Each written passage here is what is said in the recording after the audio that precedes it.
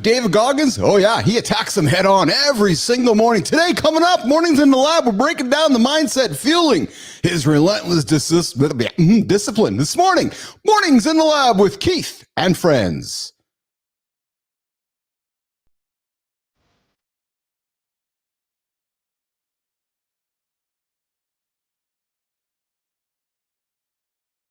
Welcome to Mornings in the Lab, where when something negative comes up, building muscle and feel blood flow. Nobody is expecting, John. if the lady's saying that, you're just Being as a super Be entertained by fun over here. How have I slept? Has my sleep been good? Is that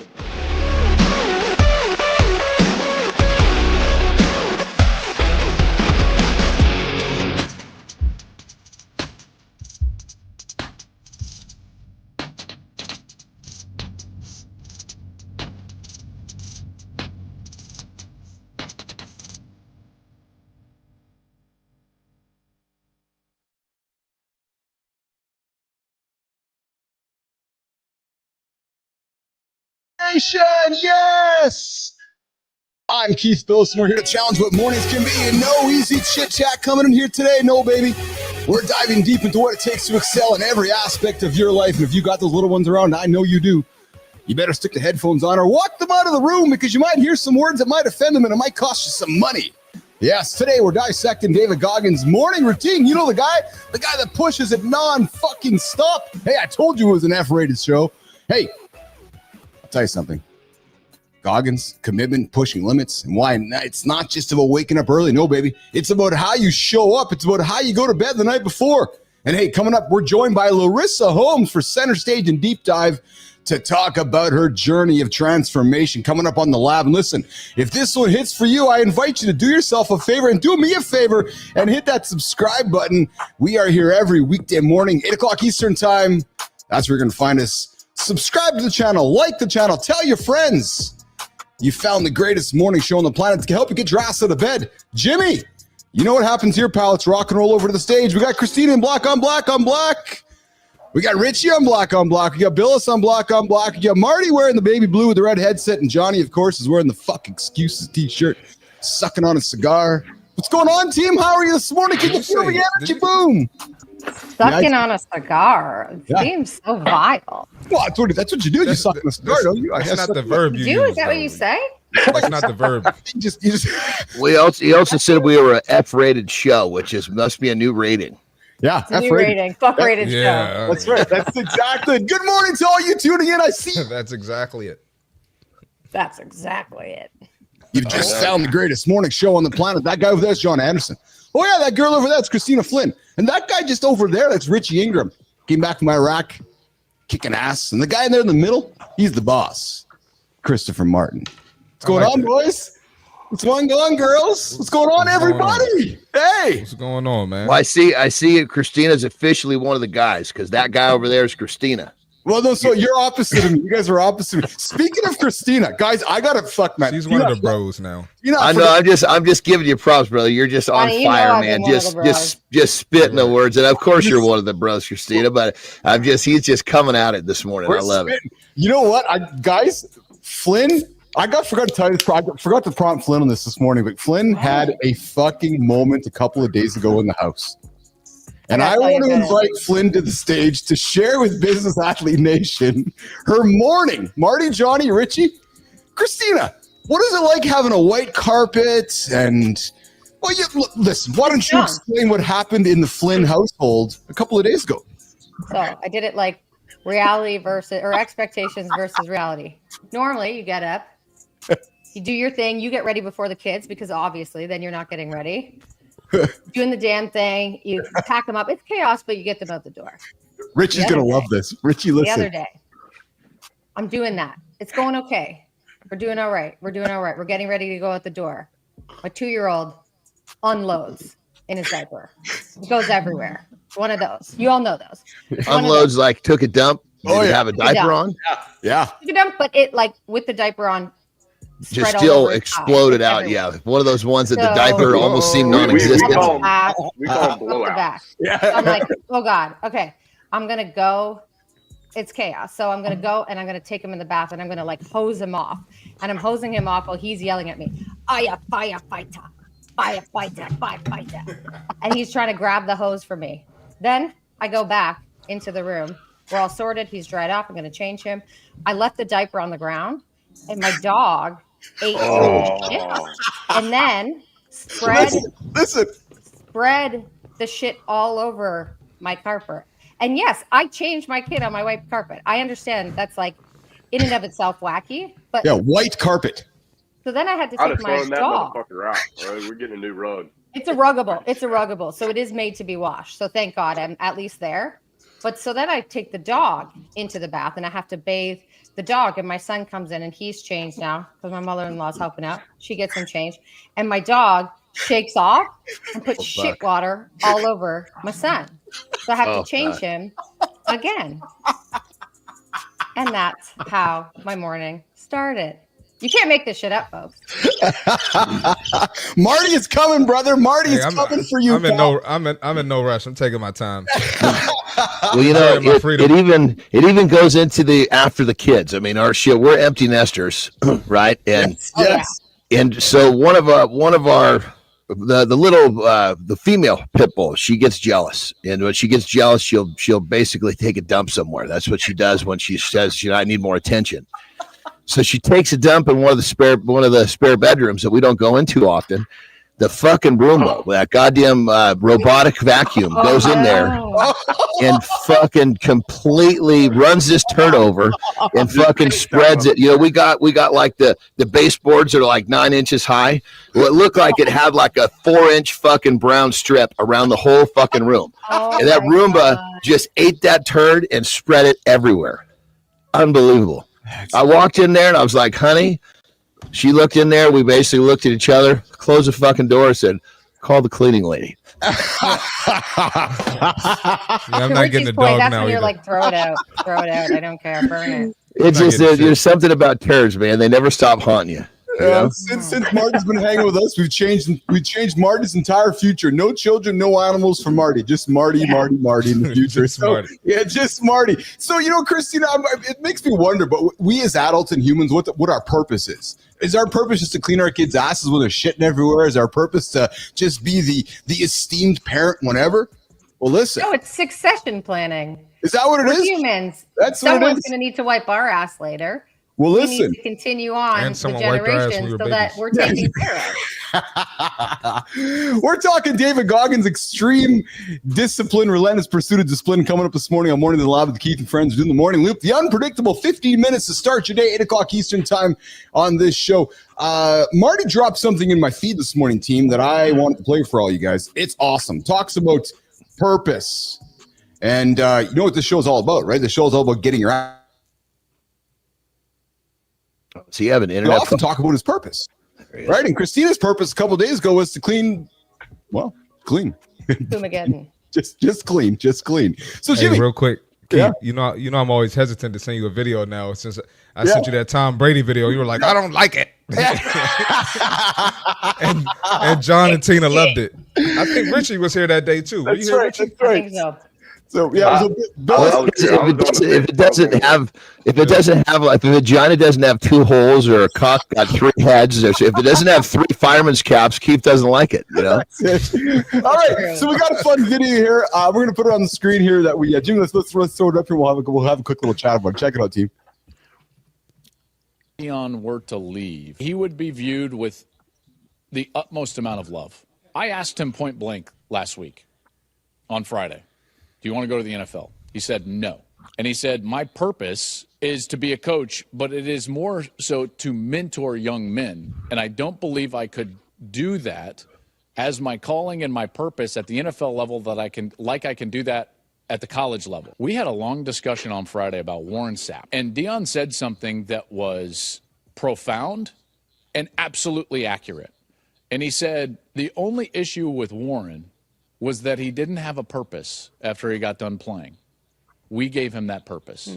And then you see Warren on the sideline, and his eyes are big, and he's got the headset on, and he's in it, man, with those kids. And that is something very profound for any of us who have played athletics at a decently high level, and certainly some of these guys that have gold jackets, and all of a sudden when the music stops and that merry-go-round stops and you're not Warren Sapp, the defensive tackle, or Deion Sanders, the two-sport star, you've got to find something in your life and some calling and some purpose. Deion found that as a coach, and he's a damn good coach.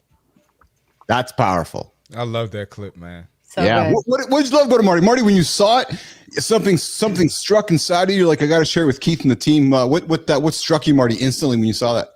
Well, just to give context, Deion, two-sport athlete, played in the NFL, played in the MLB. One of the greatest of all time.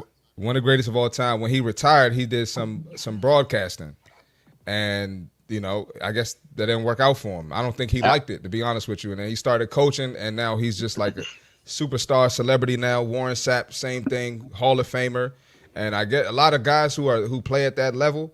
They kind of lose themselves when the game is over. Like myself, when I stopped playing college basketball. So I just love to see someone find their passion, kind of like how I found my passion for fitness. And last thing, one of my friends hit me up a couple weeks ago to train some kids, and I'm like, let's fucking go. So now I might be having some more shit on my plate in spring because I just love it. Oh, I love that. And Hold on, Richie. Good morning, County FF Gamer. We see you. What's going on here? This is the only morning show on the planet to help you get your ass out of bed. We go live 8 o'clock Eastern time. I invite you to like the channel, subscribe to the channel. Tell your friends all about this channel. I'm Keith. That's Marty. That's John. That's Richie. He's about to say something very shortly. And that's Christina over there. We are a morning show to help you get your day started. And yes, we are live. What do you got to say? Richie, what's shaking, brother? So I think it's similar with the military, right? Like you see people that are soldiers that are retiring from the service, and there's actually I forgot the guy's name, but he set up a program where NFL retirees and military retirees come together as a cohort and partner up because they go through athleticism, professional athlete, and military. It consumes your life. I mean, similar, same thing with John. Like, what do you do when you're done, man? It's like life's not fucking over. You just got to find your purpose and what's next. So I like that. And I mean, I've seen this countless times, right? Like being in the NBA, you see players, and Marty raised it, that right now the options are personal brand, which is ideal, broadcaster, assistant coach to head coach. Maybe you're a scout on the road, but those are really the options that are available to you as it is perceived. It's not reality, but that's what's perceived. So to be able to look at things from a different perspective and really sit down and say, like, what am I here for? What's the point? And what is my identity now that a core part of what I thought my identity was has been stripped away? Because that's really what the question is. Yep. Yeah. Well, I'll tell you who doesn't have a question. David Goggins, a man with discipline, a man who just doesn't wake up. No, man. He goes to war with himself every single morning. Listen, discipline is forged in the fire of discomfort. Ask Richie. Ask Johnny. Ask Marty. Ask Tina. David Goggins embodying that to the fullest. Today, we're going to explore what it takes. His morning so powerful. Why does he go to the extremes? Why does he do it? To him, to Goggins, it's not about a gimmick or a trend. No, he gets up and he goes. It feels more like survival. So he calluses his mind every morning by testing his limits before the day even begins. Today, in the second hour, 9:15 Eastern time, we're going to dive deep into the conversation with David Goggins, how his approach may just be what you need, or maybe not. Maybe you don't subscribe to the Goggins approach, or maybe you do. John, Marty, Christina, Richie, are you guys fans of Goggins? Richie, starting with you, brother. You're an outdoor endurance guy, former military guy. When you hear David Goggins, what do you hear of Richie? Yeah, I'm on the fence with him, but I do think his message is important, right? Like, it's no matter what fucking happens, you have to get it done. Now, I will say this. For those of us with young kids, hey, look, you're going to have to cram it in. You can't always expect to wake up every morning, 4 o'clock, same thing. So, you're going to have to take his message and personalize it, tailor it to you. I love his message is extreme, no questions asked. But if you boil it down, tame it down, what he's saying is, and I love it. And I use this same philosophy myself is, you train the body to tame the mind. And, he's at the extreme level where he trains the shit out of his body to callous the mind, as he says it. But I mean, most people will benefit from training the body to calm the mind, call it. Forget tame. Maybe you don't want to tame the mind. Maybe you just got to fucking quiet it down. Catch a sweat. See what happens. Tina, thoughts on Goggins? I mean, listen, it's exactly that. I think you love him or you hate him for the most part. I do like this idea of intensity, and I'm excited to have Larissa Holmes on today because I know she subscribes to a lot of this mentality, and she believes that some of that has actually gone away in recent days, and maybe we'd benefit from bringing it back. For me, it's a matter of I like knowing all the options, which is what we try to do here on the show, and then picking and choosing the parts that I really like. I'll be honest, when Goggins in his book talks about like that inner voice, he would take shit that people would say to him, really fucked up shit that people would say to him. He'd put it on record and he'd listen to it and he'd listen to it. That's next level. I've been trying to get away from that voice, not make it stronger, but you have to find what works for you. And I'm not anyone, nor are any of us the right people to say, don't do this or don't do that. That's only for you to decide. You know, and I want to make sure that when I was saying what I was saying, that it's a full support. I think the guy's a savage. He's what he does. He leads to an extreme level so that people can see what the extreme is. You can scale it back to what works for you. Yeah. You know, I think that's what's important is that he's taken his message to the furthest point of anyone. Now, if you like that, you shouldn't say probably. I don't know. There's another human that can do what he does at this point, but you could scale it back to, you could scale it back to 10% of what he does and get benefit. Not all or nothing. Yeah. Johnny, I mean, for the average person, you can take a little bit of what he does and gain a lot of value. But Johnny, what I like about Goggins and what I like about you is you guys remind me of the same principle of this. Basic is normal. Basic is for most of society. Those that eat eggs whole, those that do the shit that others don't want to do are the ones that excel. And you really have to look no further than David Goggins because, you know, maybe David and Johnny are one and the same, but David has a platform that he just continues to show the world that it takes another level. You know, it takes doing shit that no other human on the planet is probably going to do. Maybe one other person you're going to find, but it's just, that's how his mindset is, Johnny. You know, it's like, there's things that like at high level athletes going to do some crazy shit. Like I tore a groin. I shouldn't say tore. It was a pretty bad strain. It was colored up and it was in the middle of a 3-day contest. And so we wrapped the shit out of that so I could continue to compete. And I had to squat to do with that, which is, as anybody that squat knows, that's going to put some pressure. But I just basically sat more on one side and pushed through it. This is a guy who had like stress fractures and broken feet and taped his feet to where they wouldn't fall apart. We couldn't feel him to keep running. I mean, it's like he's taken what the average athlete, the average high level athlete does, which is strap it up, you know, cover up the pain best you can and limp along. And he's taken that to a whole other level. And I think that, again, I love the fact that he's taken things so extreme because it shows what's possible, and people need to see that. Model of possibility. It's the model of possibility. Let's keep it going, guys. Let's keep the energy going. Jimmy, let's get everybody off the stage. Let's welcome Larissa Holmes up in 90 seconds. Right now, we're going to do the accountability check-in. All right, listen, guys, we're talking David Goggins today. He does not just wake up. No, baby. He launches into a battle. Goggins' mornings are a deliberate and ruthless push against anything easy. Doing anything that's not basic, diving straight into discomfort, cold plunges, punishing runs, anything to build that mental armor. Because he knows that the way you start your morning dictates how you face the entire day. There's no doubt. There's absolutely no doubt. Here's the real question I got for you, nation. Listen, damn it, are you ready to get uncomfortable to be the best version of yourself? Or are you just going to roll over and go back to bed and the snooze button? Because there's somebody getting up right now. Jack Dugan is. Good time is. A lot of business athlete nations getting their ass out of bed and going after it. So I want you to think about this. What's one thing you can do tomorrow morning to deliberately break your comfort zone? No excuses. No hesitation. Set a challenge that scares you. Commit to it. And let us know in the comments. Come back tomorrow and tell us what you're going to do. Yeah, I know Thanksgiving weekend's coming up. What does that mean? You're going to roll over and go back to bed? I invite you to reconsider it. Because we're here every Monday to Friday, regardless of what day it is, what holiday it is, to keep you accountable to your big, audacious goals. Here's the thing, nation. We're not here to sell you a system. Bring your system to the table. We will be your accountability partner every single day here, Monday to Friday. Listen, share the segment with someone who needs to toughen up their mornings. And if you're serious about pushing boundaries, the League of Business Athletes is open for applications. 100 days, 100 hours, 10 men, one life-changing transformation. Are you ready? Come check it out, BAPL.ai. Find us there. Will you qualify? All right. let's bring up. Good morning, good time. Good to see you there, brother. I see somebody up there in the comment. I see somebody there in the comments.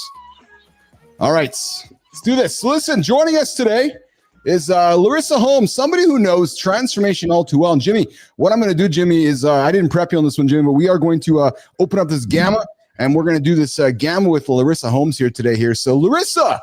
A little surprise here. Good. Look at you, Larissa. We got some new visuals here on the stage. We're welcoming guests to the stage here. So Larissa is an authentic leadership in action. Larissa Holmes. She's got a diverse path to leadership, a bartender, management consultant, chief people officer, C-suite executive. She's an expert in scaling companies, a startup to enterprise growth, high-performing teams, complex project execution, and M&A experience. Hey, you want M&A experience? That's pretty awesome stuff there, Larissa. Strategic advisory services, change management, growth strategies, leadership development, and empowering women in leadership. I love that because that's what we stand for here in the lab as well. Quick action, work-life balance. There's no such thing as work-life balance. Come on, Larissa. And uncertainty in management. And of course, she provides real and authentic leadership with some crisis management. I am excited, honored, and delighted to welcome to the stage today, Larissa Holmes. Morning. Morning, Larissa. Good morning, Larissa. How are you? Good to be here. What's up, Larissa? So we like to ask the question of everybody when they first jump on the show, Larissa. The one most important question for our morning show is this. What is Larissa Holmes' morning routine? I'm with Rich a bit. I was on a little bit earlier and heard that I also have young kids, so there needs to be some variability and some baked in time for a bit of a shit show. To be honest, I have 3 kids, Literally. 7, 5, and 2. Yeah. So there's a lot of unpredictability. I used to, even when I had 2 kids, I was up at 5:30. I was C-suite at Canada's largest fintech. And I was working on my own business on the side. So I used to work from 5:30 till 7 when my kids woke up on the business. And then I did the kid thing, got out the door, did my day job, and had it down to this nice schedule. With 3 kids, you're outnumbered. It's a total shit show. But I wake up every day at 6:30, just before the kids, kind of get myself awake and kind of do the lunches, do the routine. And then everybody's out the door by 8 a.m. and that's when I do my kind of fitness. So I have a pretty strict workout schedule and went through my own kind of transformation, lost 35 pounds, gained a ton of muscle. Good for you. Yeah, thanks. Awesome. So after having 3 kids, I decided it was time to buckle down and get serious.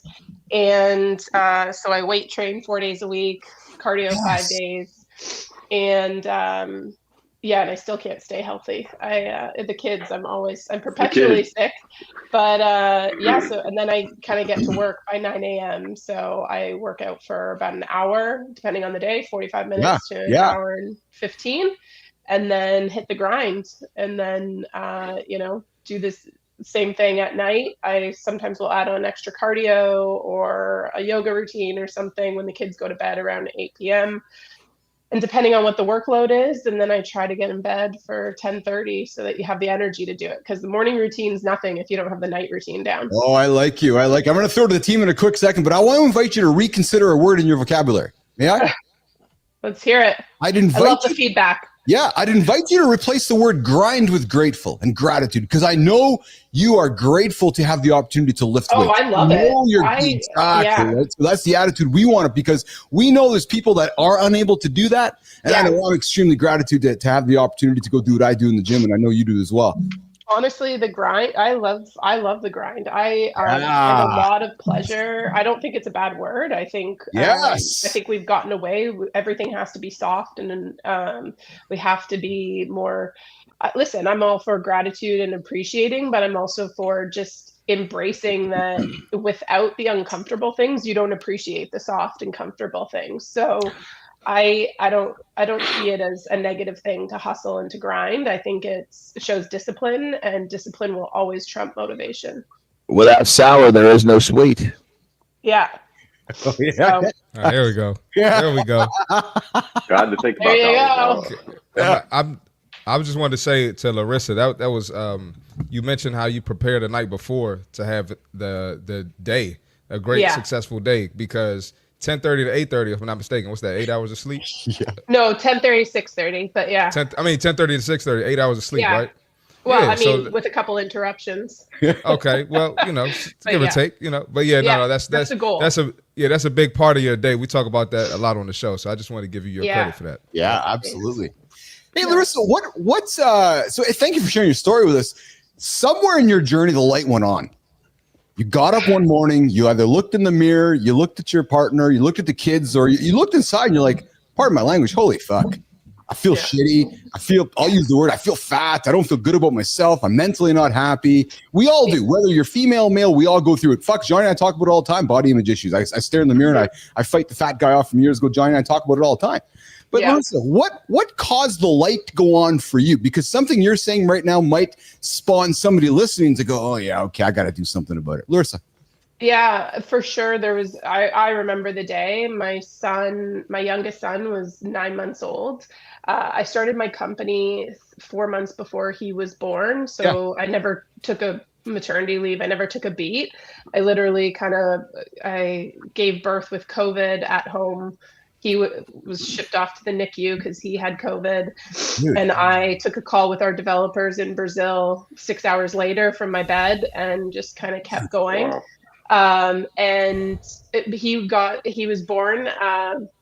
You guys might not appreciate this, but if you have partners, you will. But he was 10 and a half pounds when he was born, which that's a big boy. Could be a bit brutal on a birthing parent's body. So I was one of those. Yeah. Yeah, we know, Johnny. Are we surprised? Yeah, we're well aware, Johnny. Everybody knows one. Yeah. So he's a big dude. 10 and a half pounds when he was born. I mean, I'm 5'10", but still, he was 10 and a half pounds. And he just grew to be a tank. At 9 months old, I've been running myself into the ground the whole 9 months between the company and him. And he was at 9 months, he was 30 pounds. And we have 9 months, he was 30 pounds. Yeah. That must not even be on the right. They got the percentage scale. That must have been off the percentage scale. Yeah, I know. He's like tracking towards like NFL player for sure. But we're hoping for NBA. But I feel like he's showing signs of the tankness of my NFL. Goodness. But I remember carrying him up the stairs in my house, and I was out of breath. And to your point, Keith, about what was that turning point, and I just said, holy shit, I'm too young for this. And if I can't carry 30 pounds up a flight of stairs, like something has to change. I got two other kids. That 30 was going to turn to 40 in about 2 months. Yeah. Thank God he kind of plateaued for a little while. But you just kind of look at it. And unfortunately, it wasn't a motivation for myself. It was for my kids, my family, and sitting around and saying, shit, like I'm not even 40 and I can't carry 30 pounds. And I've got these 2 other kids I need to run around after, and I'm out of breath and I feel like shit. And I always knew that I had an extra, for my height and size and stuff, I knew I was 20, 25 pounds that needed to go. Yeah. And for me, it was a mental shift, right? I heard you guys talking about Goggins, which I'm a big fan of. Big fan of him. His book was super transformative to me. And, I think it's all a mindset thing. It's less about the actual 100%. Physical piece. But for me, it was less about losing the weight this time. And it was about, I wanted to be strong. I wanted to be strong for my kids. I have 2 girls and a boy. My wife and I talk a lot about positive influence. And so it was like, I wanted my girls to see I'm working out for myself. It's not selfish. I'm taking care of myself so I can take care of you. And, I'm putting out positive things to the world, and taking care of yourself isn't selfish, but that's not the message that's out there, especially for a lot of women. And it was a definite mind shift that I wanted to get strong and I wanted to be a good influence. Oh, baby. I'm a huge fan of Larissa Holmes so far. We got to see Marty Fit Tip coming up here, and then we're going to come back and keep getting to know Larissa. I want to know where she works, what she does. Rich, you got a question for her right now, brother? I don't. I don't, You're awesome. but you're amazing. I love it. I know. I Me don't know too. about that. We're gonna throw Beast Marty mode. on stage for the fit tip. We're gonna come back. We're gonna ask Larissa this: what do you do? Why do you got to show up A game? And then we're gonna lean into the David Goggins discussion and weave it back to what Larissa's doing. Before we do that, Johnny's gonna go for a break. Rich is gonna go for a break. Larissa's gonna wonder what the hell's going on. I'm gonna clean my glasses, and Marty's gonna get up there and tell us what to get doing. Marty, you're up, brother. Let's get it. All right, we got the fitness tip for the day. All right, pretty much. You know, a lot of people use the excuse of not having time to not get their workout in. So if you don't have time, it's not a problem. And we're not going to make excuses because we understand life gets busy. But the answer isn't to skip a workout, right? So you got a couple options. Option number one, you could go all in, 45-minute full workout whenever your schedule allows. So you're going to limit the break time. You're going to increase the intensity, but at least you get it in. And now you don't have to make an excuse saying that you don't have time. This might be before work, after work, lunch break, find 45 minutes, get the work in. Option number two, right? You can do a 20-minute session, a HIIT focus session. So you're going balls to the wall, high intensity, whatever that is, burpees, sprints, Peloton ride. You can get on a bike. You can go hard on the elliptical, whatever it is, you're doing a HIIT-focused workout. And then option number three, you can do 5 minutes of movement in between, you know, different areas of your day. So after a meeting, let me knock out 50 push-ups. Let me knock out 50 bodyweight squats. Let me do some sit-ups. Let me do some burpees.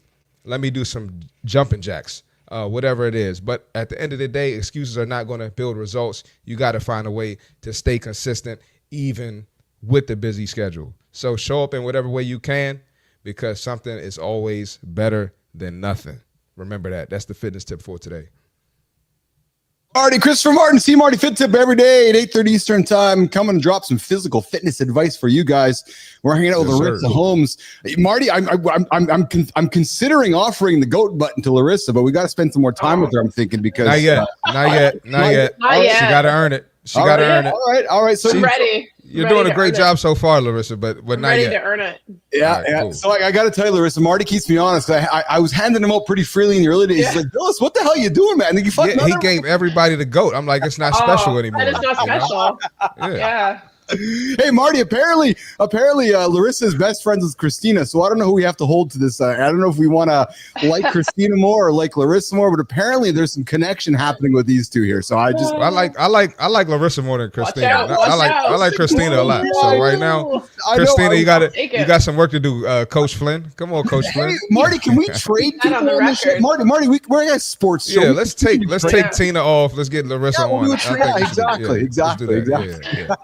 All right, we're hanging out with Larissa, Keith, John, Marty, and Richie Rich, who's lost in his studio trying to find his way back to the screen here. We're hanging out talking David Goggins. We're talking extreme athletes getting their ass out of bed, get moving in the morning. Larissa, let's continue the conversation. What do you do? What do you do? What do you do for a living? Why do you have to show up with your A game every single day? Convince Johnny why you're a GOAT. Well, so I mean, it starts back. I was a management consultant at Deloitte for quite a while, so I did a lot of M&A work. I worked in financial services across Canada and the U.S. So big banks, all in New York and in Toronto, insurance companies. I did a lot of M&A transactions, and then I decided I wanted to move into tech. I got bitten by the bug. I started to hear about what was happening in tech. This back in 2014, 2015. But I was traveling a ton. I was a road warrior at the big four firms. You know, you kind of fly out Sunday night, Monday morning. I was back Thursday night. And it was fine and dandy. But I mean, I couldn't even network. I couldn't meet anybody. I couldn't do anything. So I decided to quit with no job, nothing in the pipeline. Wow. And the firm didn't take it well. They refused to accept the resignation. So tried a couple more times and finally was successful in quitting. Is that even possible? Yeah. Is that even possible? Yeah, it is. How does that work? I mean, you say, I want to leave, resignation letter, and they say no. They're just like, he's like, no. He's like, it was a Friday the first time I did it. So he said, no, you know, come talk to me on Tuesday. see how you feel. They offered a bunch of different things to me to try to, incentivize to stay. And then I came back on Monday instead of Tuesday. He said, no, we said Tuesday, I want you to give it some more thought. Here's another option. Big Four firms also really love to place you at their clients, right?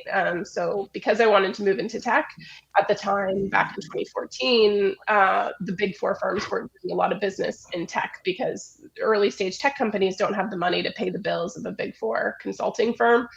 So they wanted to place me, at banks and at a place that was were my clients. But I was not interested in that. I knew exactly kind of where I wanted to go. I just needed time to get there.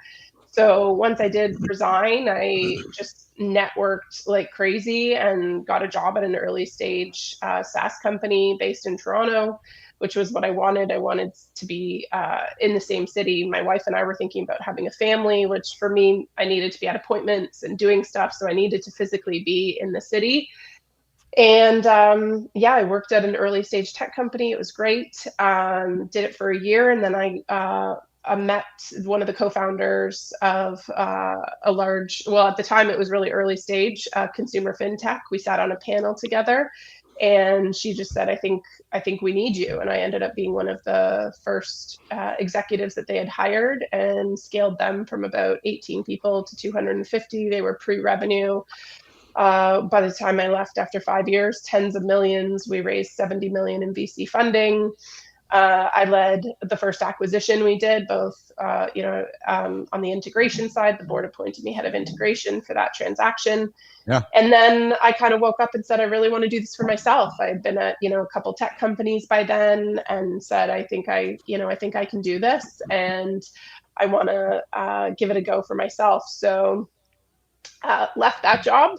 And the CEO and founder of that company, he was one of the first checks into my own venture, which was a sports tech platform to help connect women through sport.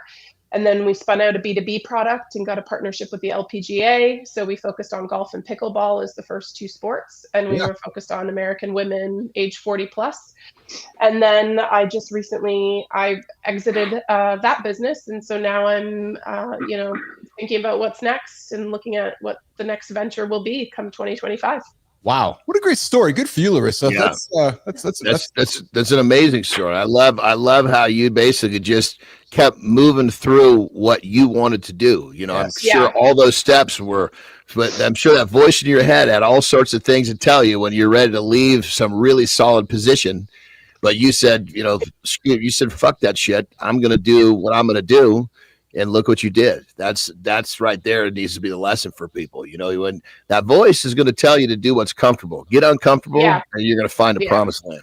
That's right. Yeah. That's right. And I mean, it's a pretty, we didn't, we don't have time to get into it, but it's a pretty unorthodox path for somebody like me. I have an undergrad in art history and a master's in museum management. So to say, let me tell you, there was not many people like me at Deloitte. Let's just say that. I can only imagine. Similarly, other founders, have commerce degrees, typical business degrees and things like that. I've definitely taken a very different path and just kind of, I've really believed in the power of network, and I'm naturally a super curious person, and I'm not afraid to ask the questions and put myself out there and say, fuck it. Nobody else knows what they're doing either. So all this bullshit of people posturing and pretending like they have it all figured out, I'm like, I call bullshit, and I deserve to be here just as much as you do. Yeah. So listen, it's clear that you have this stay hard mentality, this stay hard attitude, this attitude of never give up. You want to do your own thing. It's like, I got to. What would give you that impression, Keith? Well, it's like I got my own path. I'm going on my way, and I don't give a fuck what anybody else you're saying. It was very much like a David Goggins type mentality, right? And we're here talking about the David Goggins mentality. And you said yourself, you lean into that. But let's talk about this in the next 5 or 6 minutes or so. Some people argue, and Richie, I'm throwing this to you to start up, brother. Some people argue that the David Goggins tough love style is outdated. It's like, fuck, I don't know. Do we need this hard bullshit? And I go, maybe it's time for some softer, more balanced approach. I know I got to hit the end goal, but maybe a softer approach combined with the Goggins attitude is what society needs to move towards. Listen, the benefits are clear, Richie. Focus, resilience, pushing limits. But what are the downsides of a softer approach? So, Richie, where do you come from a military side, a guy who's accomplishing kick-ass things every single day, children aside? Do humans need the Goggins approach, or is it time for a softer Goggins approach? Richie. So one, I think a lot of this is semantics. I think everybody's looking for a new approach so they can build their platform to reach new people. They're saying the same fucking thing that everybody else is. They're just saying it in a different way. And it really fucking pisses me off, and you hit a nerve, Keith, because at the end of the day, it's all about how do I improve performance.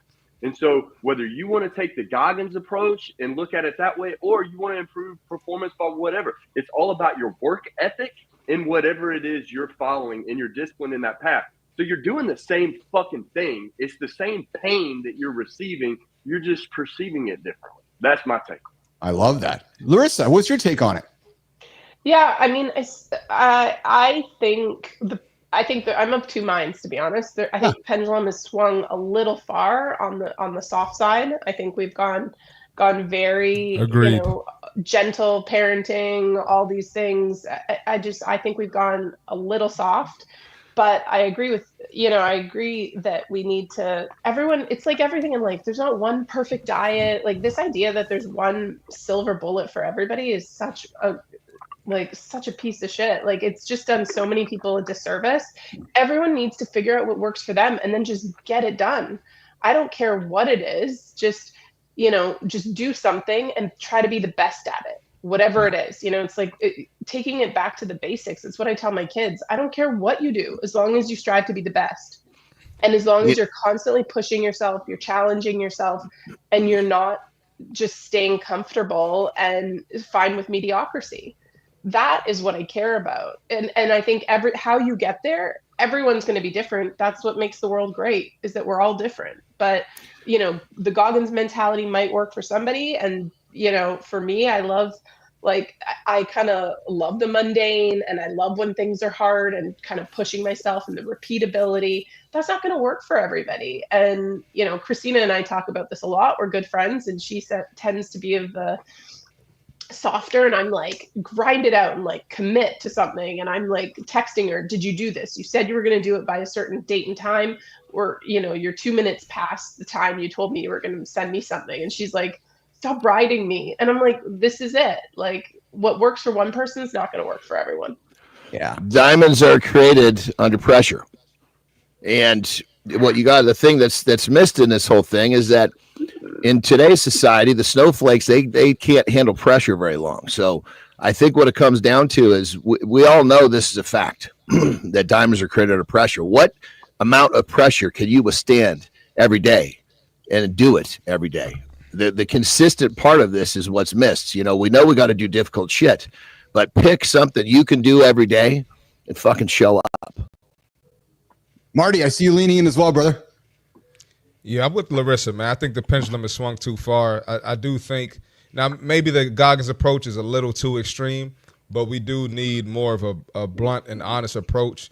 I mean, look at fitness. We got trainers. They're saying trainers don't have to be in shape now. It's just about their knowledge. I mean, it's ridiculous.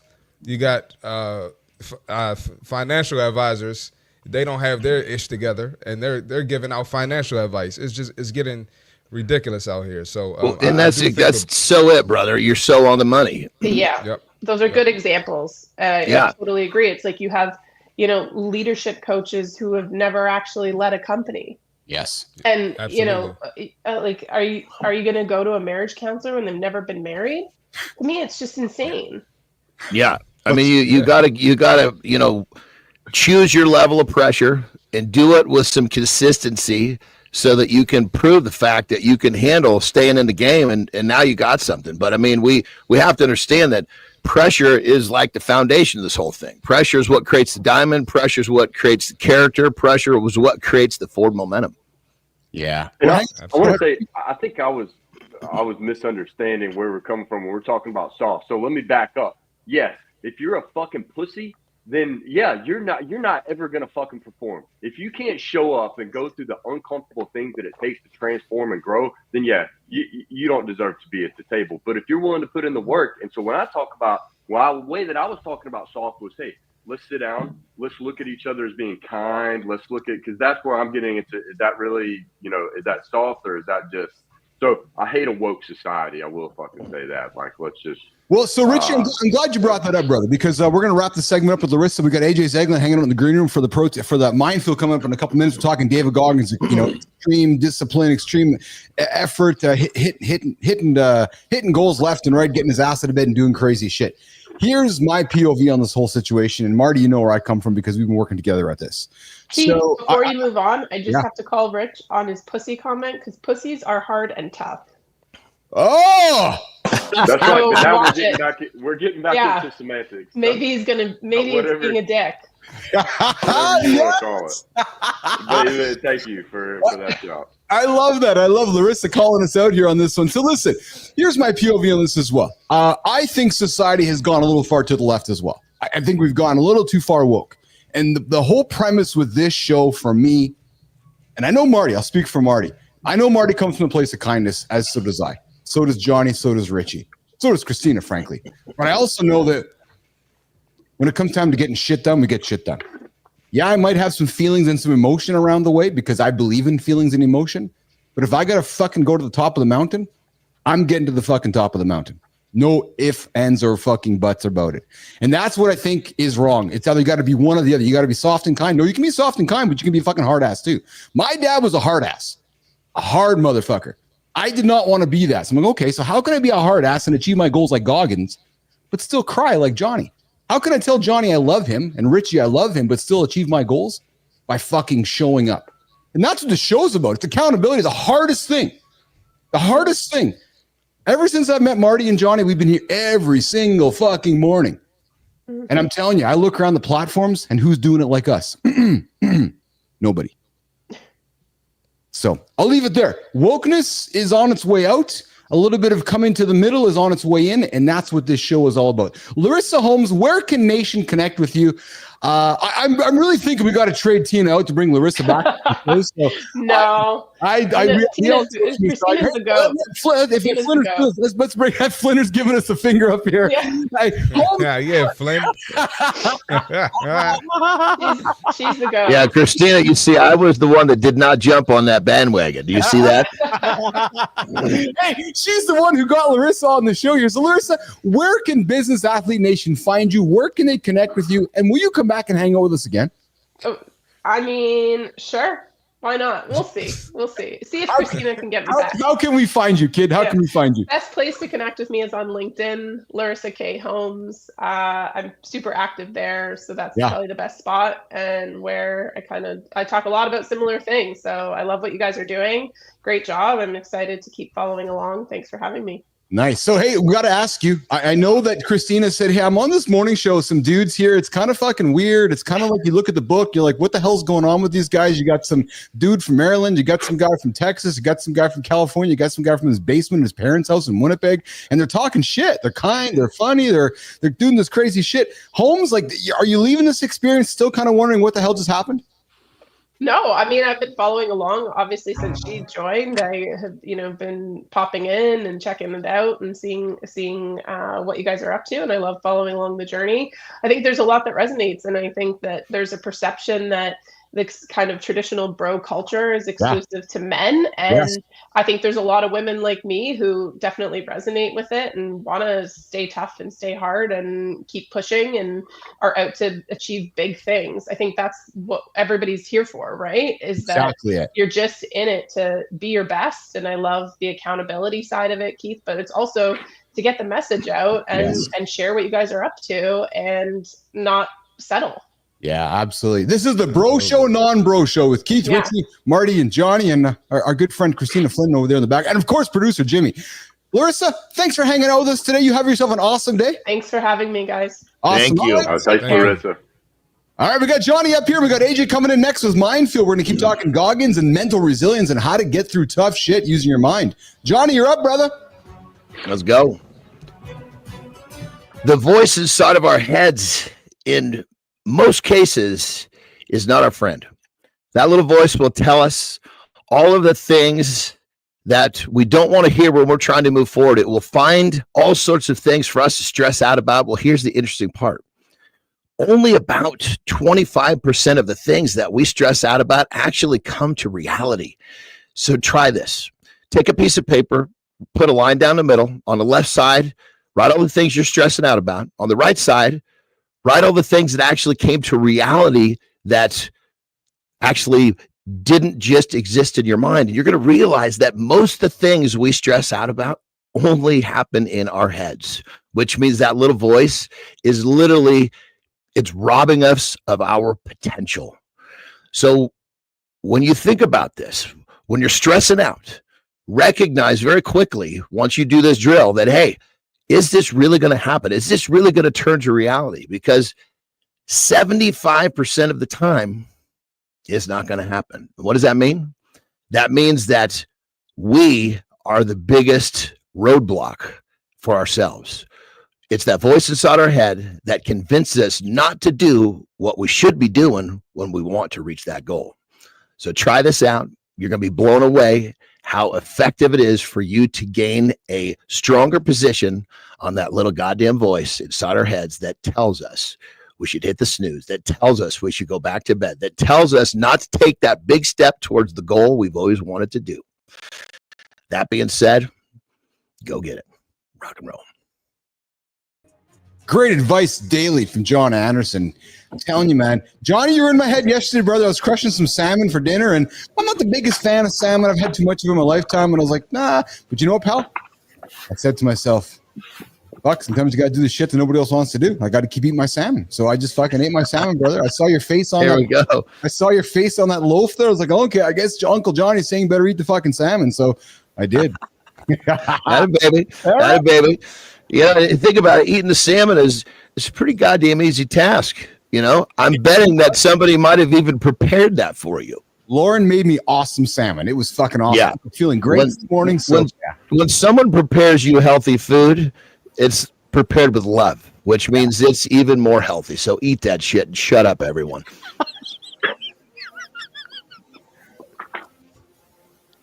We're here.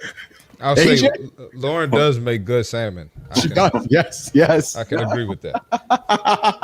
AJ, why is that so funny, Keith? Why is that so funny? Because you're just telling, it's just straight truth, man. That just every time I talk to you, it is straight motherfucking truth. Boom. You know, because when it comes down to it, if somebody prepares food for you, eat that shit. That's where I was raised. If you're not going to eat what's prepared, then you'll be hungry. And guess what? Kids get hungry pretty fucking quick, and they eat what's prepared for them. And now all of a sudden, they're not eating fucking Captain Crunch, or they're not eating all this fucking bullshit that they shouldn't be eating. Prepare them good food, and when they get hungry, they will eat.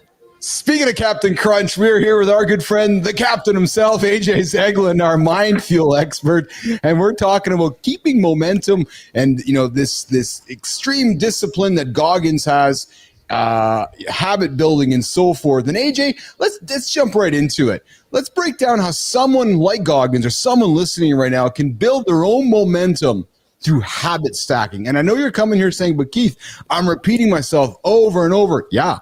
But often people, remember that conversation you and I had in the gym when I was training for Kilimanjaro, and I said, AJ, it's just sometimes somebody just needs to click in our head, and it takes some time. It just takes a repetitive message over and over for something to kind of click. Right. So AJ, what's one practical way somebody listening right now can say, oh, fuck, Zeiglin said something. I got to start habit stacking right now so I can start building success like Goggins does. AJ. Yeah, well, I mean, the first thing that we got to do is start, right? We've said it a lot on here, right? It is the action a lot of times going to precede the motivation, right? So if you're looking to be motivated to go and do something, it doesn't just magically appear out of nowhere. We create our own motivation. So when you don't feel like doing it, get off your butt, get on your feet and start. And just start. Whatever it is, 1 step, 2 steps, whatever it is. And then, you talked about that momentum going. Well, that initial effort to overcome that inertia of sitting still, right? That's the biggest energy expenditure in that whole equation. And once we're moving forward, we've created our own momentum. And then the motivation will come after we've executed action. Yeah. And I was going to add that, you saying that, AJ, just made me think of something like one of my old coaches used to say. He would say, like, there's no staying the same. You're either getting better or getting worse, right? So I use that in fitness, either getting fitter or you getting fatter. Fatter, yeah. Right? Or so you're either building confidence or you're building insecurity. That's just my perspective on it. So the best thing to do is start now, because you're going to go in the total opposite direction if you don't. But AJ, sometimes people have a hard time. So I say it all the time. Richie says it. Johnny, just get started. People don't. Well, but here's my little take on that. Yeah. It's just pretty much what AJ is saying. It's just the way I phrase it. Just get up and start walking. Maybe you don't even know what you're going to do. Just start walking, because that movement is going to help you find it'll help you find your groove. Movement creates momentum, which creates motivation. Just start moving. Get off your butt, just like AJ said. Yeah. The first step's always the hardest step. Yeah. AJ, we talk often about accountability on the show, and you and I have talked about it many times over the years. It's where it all ties together. Everybody and their dog, is selling a system. Keith, Marty, and Johnny create the show called Mornings in the Lab, and we invite Richie to hang out with us and Flynn to hang out with us, and we have this big show here around accountability. Show up every single morning. Richie's getting up in the middle of the night every single morning. How do you recommend someone establish a weekly check-in system to keep themselves on track? It's not as simple as just writing it down, AJ. No, everyone's going to be different, right? Everyone's going to be their own individual case, and everyone's going to find that different things work for them. Obviously, when we first start, having accountability to other people can be extremely helpful, whether we find a group that we're going to in the gym, whether we find a coach that we check in with, whether we have a friend or a colleague that's decided to undertake a similar task, and it's helpful for their support each other, whether we have a partner at home, whatever it is, some external accountability can be helpful. Ultimately, the goal at the end of the day too is to improve the relationship that you have with yourself. Yes, so you become accountable to yourself, right? And once you have that, and you realize that, hey, I'm someone that I'm responsible for taking care of, and I have to be accountable to myself for my own actions, then that's kind of the sweet spot, right? Because now you're I would never want to discourage anyone from having that external accountability, though. I feel like those relationships are powerful and meaningful, and they're great, but you also have a relationship with yourself. Right. Well, AJ, talk about when you're accountable to yourself, other people are going to have a much more of a greater tendency to be accountable to you. Right. Yeah. Yeah. Well, yeah. You're teaching people how to treat you by how you treat yourself. Right. Yes. This is good, AJ. So I'm inclined to come sit down in front of you, and you're saying, but Keith, you got to find a way to be accountable with yourself. Like, what are you asking questions like? What don't you like about yourself, or why are you struggling to find accountability within yourself? Because I got to think, if Richie or Marty can't look in the mirror and I've gone through my own journey where I was, doing things to myself which weren't healthy, which weren't positive, beating myself up. I had to have some moments to finally take some self accountability. How can somebody do that, AJ? Yeah, well, it's a process, right? And so first thing you did, is I saw you in the gym every single morning. Yeah. Right? There was your action, right? Didn't matter where you were at or what was going on and what poor decisions you felt were making, or maybe you felt you had some negative coping skills, some positive ones. Yeah. You were at the gym every single morning, right? Negative coping skills. Interesting. Sorry to interrupt there, but that's a common thing for humans, isn't it? Which prevents us from being accountable, AJ. Yeah. Well, all coping skills, at least they come from the same place, which is extremely important for us to recognize, right? So you don't want to beat yourself up too much about it, right? You employ a coping skill because you, on some level, realize that something's wrong and something has to change.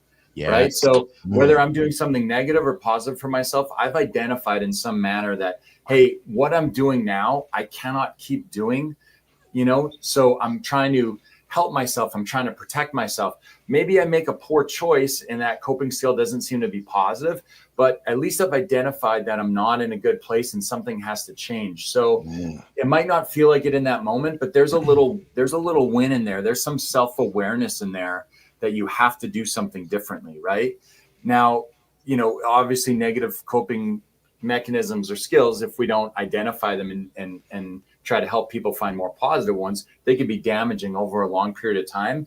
But sometimes people really beat themselves up about the idea of I'm handling something in a negative manner. And it's like, yeah, we can handle it better, but you have identified that you are not doing well and you have to do something to change. You have that awareness, right?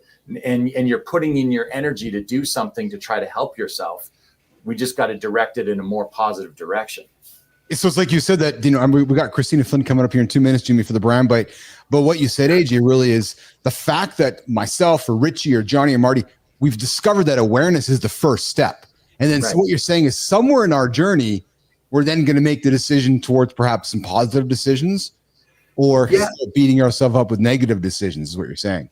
Yeah, I mean, and that realization can definitely come with some help, right? Yes. Like you said, you surround yourself with a good group of people, or you have a good friend or a colleague, or you get yourself a coach or someone like that kind of help direct that energy into a positive way. Obviously, can be really, really beneficial. So you're not, spending a lot of this time identifying that I got to change something and putting all this energy into something that is negative. But in that short term, like I said, you've identified something's wrong. You're trying to do something to make yourself feel better. No one employs a coping mechanism to purposely try to make themselves feel worse. Yes. Right? Everyone uses a coping mechanism to try to make yourself feel better. So that's what you're trying to do. Something's wrong. You're trying to make yourself feel better. Yeah. We're hanging out with AJ Zeiglin, Minefield. Marty, question, brother? Real quick, Johnny, what's the saying? The pain of staying the same has to hurt more than the pain of growth. Isn't it something like that? There's so many ways to say it, but I mean, ultimately, when reality becomes more uncomfortable than the uncomfortableness of change. I'm really fucking this up, but yeah, basically, once change is less uncomfortable than your reality, you'll make a change. Because it's people just let their realities get so uncomfortable that finally, like, you know what? This change is less uncomfortable than this fucked up reality I've allowed myself to live in. And boom, they make a change. Yep. Hey, I will throw in Keith too, real quick, just because I was loving the conversation that you guys were having before we came on. And I think you summed it up perfectly at the end there, where you said, like, two things can be true at the same time, right? And I would challenge anyone to think that just because you show any level of emotion or just because you pay special attention to your own mental health or how you treat other people, that you can't be tough, that you can't work hard, that you can't have a crazy work ethic, that you can't be successful. We often like to separate things, especially in the age of social media, where everything becomes very divisive, and it's like one extreme or the other, and I would challenge people to be like, yeah, some of the toughest people I know can also be some of the most sensitive people I know. Yeah. Right. Well said. Why can you not be both? Someone give me one good reason why you can't be both. Right. And sometimes we just got to challenge that way of thinking. Right. And two things can be true at the same time. You can be absolutely the baddest man on the planet, and you can be a great partner and a great dad, and you can be a loving father and husband and all that stuff. Why not? Well, I think that's what makes the baddest man on the planet, is to have it all. Being the baddest man on the planet in the gym or one area of your life, that's not the baddest. That's the person that's got one element of the baddest. Stack them all together. Now you're a bad motherfucker. Oh, I love it. Well said, AJ. Well said here, my friend. Listen, AJ Zeiglin joins us every single Tuesday and Thursday for Mind Fuel, a segment to help us put our mind in the right space. Here's my philosophy. If you want to succeed in the gym, you want to succeed in life, it all starts here. It goes here, it goes here, it goes here. We were all taught it starts here, but just like AJ said, man, you got to go here, and then you got to go here, and then you get here. That's just how it all works, nation. AJ, final word to you, brother. What you got big plan for the weekend? I know it's Thanksgiving weekend in the States here, and you got some traveling coming up next week, pal.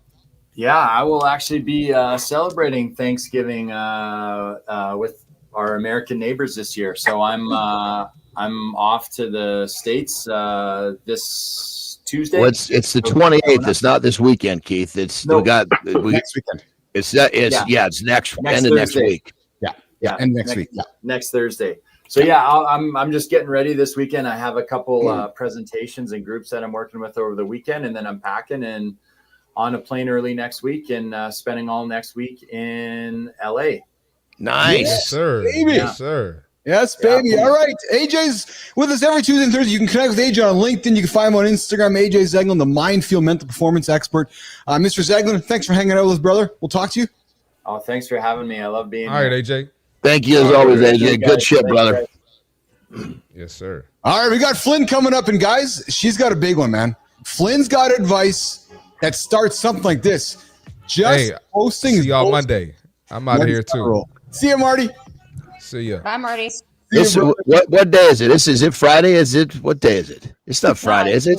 I don't know what day it is. Johnny, go for a leak, man. Just go. Well, he said see you next. He said have a good weekend. That means generally speaking, that would mean it would be Friday, correct? Marty's not around tomorrow. Marty's got okay. Rich has got to rock and roll. Richie's back tomorrow. Richie, thanks for hanging out, brother. You go get after it today. All right. Yeah. Heading out. Awesome, pal. Later, Take care, y'all. brother. All right. All right. Later, y'all. Johnny's going for a leak. Rich is out of here. Marty's out of here. I'm hanging out. Christina's coming up. We're coming back with Reloaded. Christina, you're up. Get up there. Get the fuck do it. off my stage. I have a lozenge in my mouth because I'm hacking up along over here, folks, but I'm still here. That's the point, right? So just start posting is bullshit advice for beginners. How many times have you heard when you're building a public brand, a personal brand online, just start posting, And the advice seems easy enough. But if we could just be real for 1 second, if you're part of an underrepresented or a marginalized group, if you're Black, brown, indigenous, neurodiverse, a woman, LGBTQ, or otherwise, just start isn't that simple. Just start posting isn't that simple. Because when you've spent your lifetime being told you have to work harder than everyone else, you have to be the best at what you do, you have to do it quietly and do not boast, the stakes feel higher, the risks feel bigger. And the thought of posting imperfectly can feel like losing everything that you've worked for. So here's what I want you to do instead. If you haven't started yet, that's okay. You're not weird. You're not behind. Instead of just posting, start by following people that you admire, engaging with their content, studying profiles that you love. And as you do, ask yourself, how are you similar? How are you different? What makes your perspective unique? So just start. So don't just start posting if you're just getting started, but you can still start writing, start creating, start reflecting, even if nobody ever sees it for now, because every step brings you that much closer to showing up in the way that you want to, understanding what your voice is, and eventually just start posting. Yes, it really is that simple. I have entered my no fucks era, and I promise you, if you take today's brand bite into account, you'll be one step closer to entering yours. You got this. Bites, 9 o'clock Eastern time. Personal brand advice. Yes, there we go. Okay, let's do this. Boom! Okay, listen, nation. Mornings in Love with Keith and friends here. Morning Loop Reloaded, the second hour of the show. I seem to have a bunch of music going on here in my ears. Listen, we are exploring the morning routine of Goggins, David Goggins. Intense, painful mornings. But listen, we're going to ask the question later on here. Is that level of discipline realistic for everyone? We're going to break it down in a few moments. Good morning, Cosmic Vision. I see you. Good morning, Good Time. Good morning, Dugan. We're going to talk about what Goggins does. How does he do it? How can we adapt that approach in our own life and so forth? But let's quickly do a little screen capture over here. How are you, Johnny? How are you, Christina? You guys good? Good. Absolutely, baby. And Christina, you saw I was the one not on the bandwagon of your replacement with your friend. I know. These fuckers are stupid. I control this stuff. I'm the puppeteer. So the fact that they don't think about that they're lacking intentionality here, John. That's it. We're lacking intentionality here is right. Well, because I'll tell you, if I was going to be on that bandwagon, you would be right here, not in the backstage. That's it. Hey, so before we head into, I want to get into the Goggins conversation in about 5 minutes or so. But before we do that, I thought I would throw a quick topic on the table for me and Johnny to dissect. We both passionately love our wives. I know Christina loves her wife, and clearly Larissa loves hers as well. I got something on here that Christina, we're gonna work it in for you as well. 7 behaviors of men who truly love and respect women. Let's do it. Because you know why I want to bring this up? Because there's conversations happening all over the place, especially with what's happened in the political world about, well, we know. So I just want to make sure that everybody who listens to our show knows where we stand with how we like to treat our lovely partners, and Johnny, how we might want to love and respect the women in our life. And number one is, Johnny, talk about actions, man. I know you know how to listen to Terry. And that's something that took a fucking while for me to get down, and I'm still learning. It's a process. There's no question. It never stops. Yeah. Talk about that for a second, brother. When and how did the light go on for you going, fuck, I better listen to my wife? It's a great question. I don't know that the light ever really just went on. It was like a dimmer switch, It just kept getting brighter and brighter. And I think then when it came down to is I think I realized that in certain situations, I really needed to understand, okay, hey, this is definitely not about me, definitely not about us. It's about her, and we're actually kind of going through some of that right now. She had, her best friend's daughter passed, which really hit home because, basically it was just everybody was so close. And so she's still kind of struggling through that, and she's telling me, she's like, hey, I'm still not at my best. I'm still struggling with this. And so I'm doing the best that I can to support her. And I know that she's having her struggles. So I just kind of let her do what she's doing. I'm trying to be supportive, but like yesterday, perfect example, she said, look, I know you're trying to be helpful, but the way that some of the phrases that the way that you're phrasing this is making me feel like I need to step back when I'm really trying to just be a help and trying to be supportive. So like this morning, my message to her, I was text my ladies every morning. My message this morning was, hey, I'm here and I want to be here at a better capacity. So please continue to tell me what I'm doing that is not allowing you to heal at the fastest rate. And so it's the key of, sometimes you're not going to hear much. They're not going to say much, but you have to really be in the moment and be present with what someone is saying in order to truly respond in a way that's going to be helpful to them, not to you. Wow, Christina, this is powerful right now, frankly, because Johnny's living it, right? And we're talking right now 7 behaviors of men, let's say partners, who truly respect and love the other one. But right now we're talking 7 behaviors of men who truly love and respect women. And one of the examples that's thrown up here is when our partner's upset or frustrated, let's just not quickly provide solutions, right, Christina? Let's listen. Let's deeply acknowledge what's going on and saying something like, I hear you. John, you're saying it to Terry. I hear you. Well, and the crazy thing was what she said yesterday. She said, historically, when I'm in a position like this, you create space, you create distance to protect yourself, which was completely true. Yeah.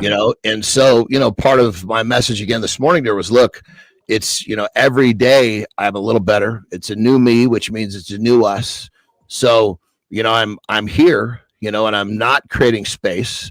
And so I need to let her know that. And when I say space, what that means is not space for her to breathe. It was like a protective mechanism for myself. It was really a selfish act. Yeah. And so I had to reinforce to her, look, I'm not stepping back, and I'm trying to be here as best I can. So please continue to talk to me and let me know, what I'm doing that may make you feel like I'm stepping back, because even though I'm trying to be supportive and step forward, it still appeared to her that I was going the other way. And so me understanding that's how she felt, that's going to be paramount for today.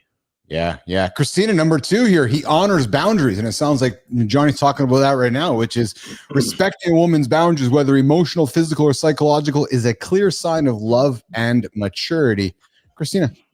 Yeah, I think this is challenging in that, like, we often think of this sentiment as more aggressive or assertive than it needs to be. It's not necessarily physical space. It's one, understanding what is their boundaries, what are their boundaries, and that's going to change. That won't be the same. That's so correct. Not physical space we're talking about here. That's 100%, Christina. Sorry to interrupt, but that is so key. And so understanding what that boundary is, being flexible enough to know that they can change that boundary if they want, and knowing that, like John said, it's not necessarily about you in that moment. It's about them, and you have to be okay with not being able to solve the problem. Yeah. Well, in that sense, exactly yesterday, what I kept basically saying was I kept checking in with her, but the way I was checking in made her feel like it was like there was something wrong. And that's I didn't want to do that. And I kept basically asking her how I could help her. But at the same time, it wasn't making sense to her. And that's what's important. So with a little bit of guidance from yesterday, I know I can do a better job today in this time of her need. Yeah. Good morning, ZC. I see you on the comments there. I invite you to subscribe to the channel, like the channel. I don't know where Flynn just went. Looks like we lost her. Number 3, and this one is an important one for me as well, Johnny, and I know it's for you as well, because you have 3 daughters plus a wife, 2 daughters and a wife. Supporting our partners, our wives, our girls' dreams and ambitions. And I bring this one up, Johnny, because it seems like there's a societal shift going on right now where it's like, let's face it, right? America struggled to vote for a female president. I don't really care. I have no judgment on it. But the reality is that there's still some men who struggle with supporting our girls' dreams and ambitions. And Johnny, one of the greatest things we can do for our wives or for our daughters or for our girls is to support their dreams and ambitions. Johnny Anderson. Yeah, no, I think that's so key because, what we want is we want our loved ones to be happy. And, their path of life and what they want to do is what's going to make them happy. And just because it's not our choice doesn't mean it's not the right choice for them. That's right. And I think when it comes down to it, to as a parent, of course, you want your kid to be okay. And my thing with my girls is say, look, if you basically are working hard and you're doing what you're doing and you're working for something you want, then I'm always going to be just a lateral step beside you if you need me. I want you to pursue, but if you mail it in and you decide that you're just going to go, get a job and, not really pursue becoming the best version of you, then I won't be quite so close. So because they don't need me to be close. If they're going to just go take the easy route and get some ultra secure job that doesn't really feed that inspiration inside of them, doesn't feed their soul, there's not a lot of risk in that. So they don't need me by their side, but I've promoted them. Hey, push, do that thing that makes you uncomfortable, and I'm by your side. I want that for you. Yeah. We're talking about true love, not conditional or situational. We're talking about the seven key behaviors for men who truly love and respect their woman, their partner. We're getting into our working on the back end of this list, and then we're going to get into the David Goggins approach and wrap up the show with that as we get to community corner as well. Consistent affection, not just when it's convenient. Flynn, true unconditional love, period. And when you're in a moment where you're feeling emotional, when you're feeling not your best, when you're feeling grouchy, grumpy, whatever, it's easy to not necessarily feel that yourself, like not showing up and being unconditional, but it's easy to give the perception off that isn't the case. So like John said he wants his girls to pursue something that interests them, that lights them up. But if one of John's girls said to him, I actually really love the corporate world and I love what I'm doing and I'm passionate about it, and like this is where I want to spend my time, John wouldn't be like, well, fuck you. Like, oh, that's ridiculous. You're not doing what I think you should do. You can't say one thing in one situation and then change that. That love is unconditional. And it's not always apparent to your partner, that that's the case. They need to feel safety. Physical safety is one thing. Emotional safety is another thing. They need to feel like no matter what, they can come to you. They can be honest. It may not be easy. It may be a difficult and hard conversation, but you're there and you're going to work through it together as a team, because that's what I've learned with my wife. She just wants to be a fucking team. She just wants to be a part of it all. And it's so easy for me to get myopic and like focused on what I'm doing. She's just like, I'm not trying to tell you what to do. I want to be here and support you, just like I want you to be here and support me. I just want to be a team. Yeah. You know, I have a lot of that with Terry as well. You know, she's like, she's not trying to make decisions. She just wants to be a part of the movement. Mm-hmm. Yes. Yeah. All right, we're gonna wrap this up here. Move over to the David Goggins conversation that can work towards wrapping the show up. We've been talking about habits of men who truly love and respect their women, their partner. We know how to listen, guys. We know how to honor boundaries. We know how to support our partners, our wives, our girls' dreams and ambitions. And I cannot emphasize that one enough. Champion your lover, unconditionally love them. Be consistent with affection. Johnny, taking responsibility for our actions when we fuck up or when we do something positive, but taking that responsibility. We want to talk about respecting our wives, our girls' independence, and then, of course, practicing patience and empathy are also key things. So, guys, as you're starting your day right now with your partner, maybe you're in a space, maybe you're not in a space, here's some tips to help you move forward with your relationship with your partner. John, Christina, closing comments now before we move to the Goggins conversation.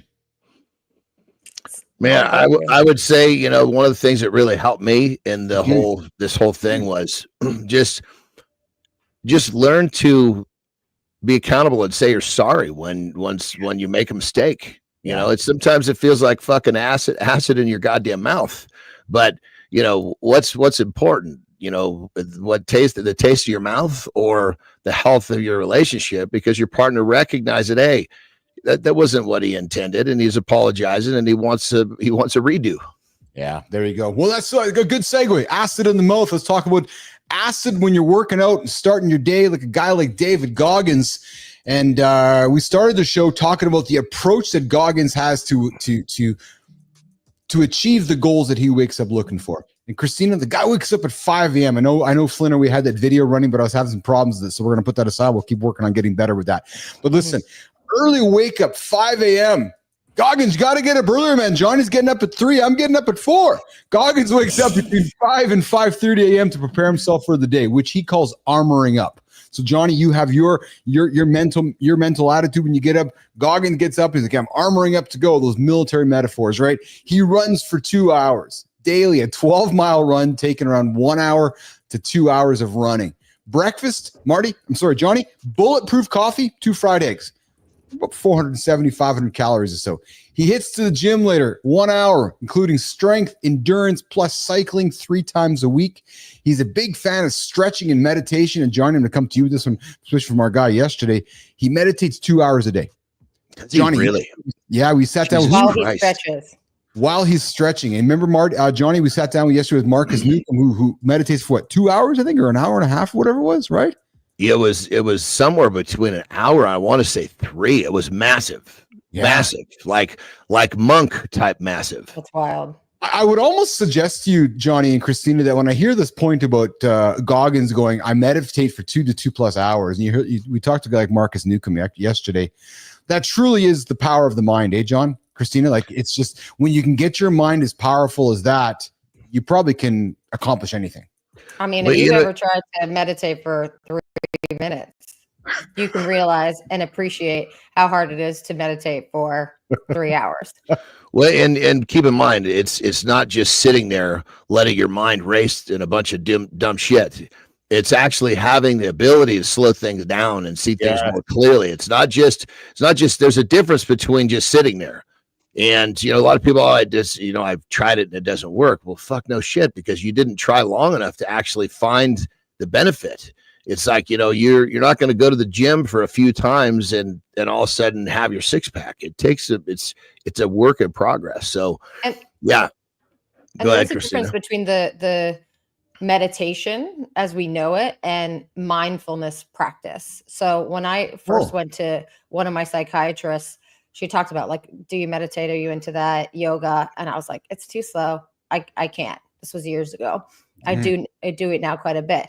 But I said, I just want to find a way to be able to get the benefits of that activity while still doing something. So fit it into my day. If you tell me to add it onto my day, it's not going to happen right now. And what she did was she gave me a number of exercises and routines that are mindfulness based practices. So it's not just sitting down, it's being present, it's being aware. So I could do it at the time on my commute and listening to the sounds that were around me, listening to the smells that are around me, doing a body scan from toes to the tip of your head. Of like, what are you feeling in that moment? What's going on? So it's not just black or white. You're meditating or you're not. Mindfulness, I found to be a really powerful way for me to understand those benefits without the overwhelm of how am I going to go from never sitting down to sitting down, being silent, not wanting to be with my brain. So it was a good balance and it was a good middle ground for me. Yeah. And there's all different like you hear of walking meditation. It doesn't have to be sitting there doing nothing. There's so many different variances. Like I've actually have a pretty good, I don't do it often, but walking meditation for me is actually I'm fairly good at it, largely because my methodology to get in, so to speak, is counting. And when you're walking, you can count your footsteps. There's all sorts of shit you can count. And so just remember, there's a lot of ways to skin this cat. Yeah. As we wrap this segment up, Johnny, I know you are well versed within your habits. You're well versed within your structure. I think I know the answer to this because I think it came up yesterday with Marcus Newcomb. But if you had to pick one element of Goggins' morning routine, or even perhaps Marcus's routine, I got to think you're really intrigued by, and you're really wondering and curious about how you can sit down and meditate for 30, 40, 60 minutes. Am I correct, Johnny? Yeah, there's a lot of power there. I mean, it's like untapped, and I'm getting deeper into it for sure. But keep in mind, for me at the same time, it's not just, I wouldn't be at my best if I just sat down and meditated right out of bed. That's one piece of my equation. Yes. Having, getting my heart rate up, getting a little blood flow, that right there, I'm actually far better at doing I call it sitting in silence. I'm better at sitting in silence once I've kind of got that first, I've changed my physiology, which means my brain has started to release chemicals that are getting the negative thoughts out of my head. Well, now that's a gateway for me to get in faster. Yeah, I feel I'm of that same approach, Johnny. Once I get my physical self my coffee, my emotional, mental, my physical, then I can function and then get to a point of meditating. Christina, what's one thing that you would take out of Goggins' approach and that you've heard today, or just stretching? Stretching. I think that he is a great example. In his first book, he talked about the fact that at one point in time, he thought he was dying. He thought that he was dying because of the way that his body felt. And what he realized was really like he wasn't allowing his body, he wasn't stretching his muscles. He wasn't allowing his body to recover at all. And I think this is the Goggins approach, is like no stretching to 2 hours a day during meditation. That's very much like the extreme. Yes. But I think that if we're thinking about longevity, if we're thinking about health and wellness from a sustainability perspective, I think stretching, we've started to talk about it a little bit more, but it's so incredibly vital for all of us to be able to, one, continue to do this work, because if you fuck up a muscle and you pull something or you're doing whatever, you're not going to be able to continue to do the physical stuff. And it's just really fucking good for your body. I want to be mobile. In the way that our lives are now, we're sitting, we're dormant, we're not moving. If we were, let's just say we're all farmers, we'd be getting in weird positions all day long. We would, stretching wouldn't be quite the necessary part of the equation. As we're sitting, most of us sit in chairs all day long. So the muscles just sit there and shorten and shrink, and then you stand up and everything's pulling. Oh my God, it's hard to get. It's because you're then one spot too long. Body's not designed for that. Mm-hmm. Yeah. All right, team. Listen, we're working to the bottom of the hour. I know Johnny's got to get rocking and rolling here. We have wrapping up our Goggins segments. If there's one thing I could offer some advice is The idea of yoga is pretty powerful. Yoga is not just about stretching. It's taking what's happening up here and taking what's happening here and taking stretching, taking mobility, and taking some mindfulness and putting it all into one. It is hard to do, but if you can find the space to do it, the return is exceptional. So that's what I would offer up is get down on the mat and do some yoga. So, but Johnny, I know you got a rock and roll quick highlight from you on today's show, brother. Oh man, these shows are all good, man. It's like there's so many good parts of the show that comes forward. I mean, it's like I'm gonna just have to wrap the whole thing into one today. Yeah, Larissa was good. I enjoyed Larissa. I enjoyed AJ. And you know, Johnny, Christina's one thing that's been popping up consistently here lately, and Jory said it last week, and then AJ said it again today, and I'm spending more time leaning into the word moment. Because when you can take that word, you can shut everything else out, and you can reframe that. Because Johnny, we tell stories in our head all the time, right? We're always telling stories. But if you can capture the moment and recognize that it's only a moment, that the moment's not going to be that same moment in an hour from now or 2 hours from now or a week from now. Later.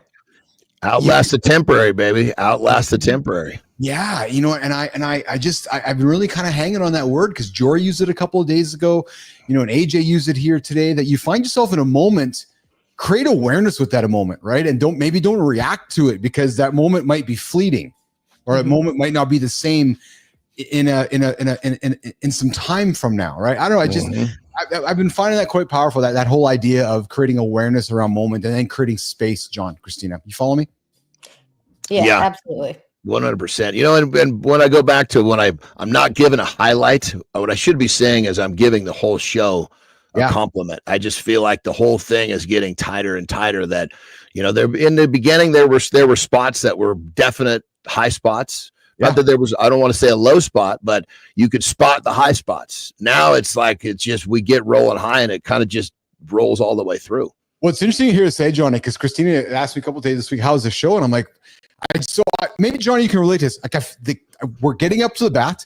We're hitting consistent doubles and triples and home runs, and there's a machine happening here now. And I'm quite proud of it, and I appreciate your kind words as well, Mr. Anderson. So listen, you get off it, and listen, my friend, I love you.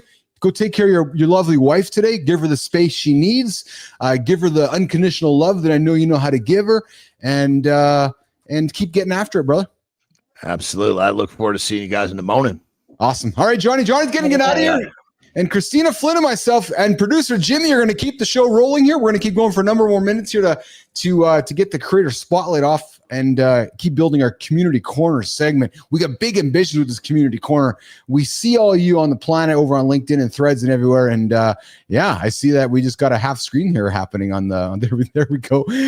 Okay, so Flynn, let's keep rolling. Let's keep rolling to we talked about how Goggins' discipline pushed him to greatness. Now, let's turn our attention and producer Jimmy's attention to someone looking to do the same for their community. Up next, we've got the creator spotlight in the community corner segment of the show. And today, we're going to feature a dedicated health and fitness coach. Go figure. This creator helps clients achieve their fitness goals with personalized plans designed to transform their health and lifestyle. This creator is a champion of whole health wellness, whole wealth as well, with a focus on reducing inflammation. Flynn, when I saw the notes, I loved that. We don't talk enough about this, frankly. No. Right? Or if we do, it's talked about it in really ridiculous ways, and maybe it's a topic we can talk about with Jory and Johnny in the coming days about reducing inflammation and how we can do that.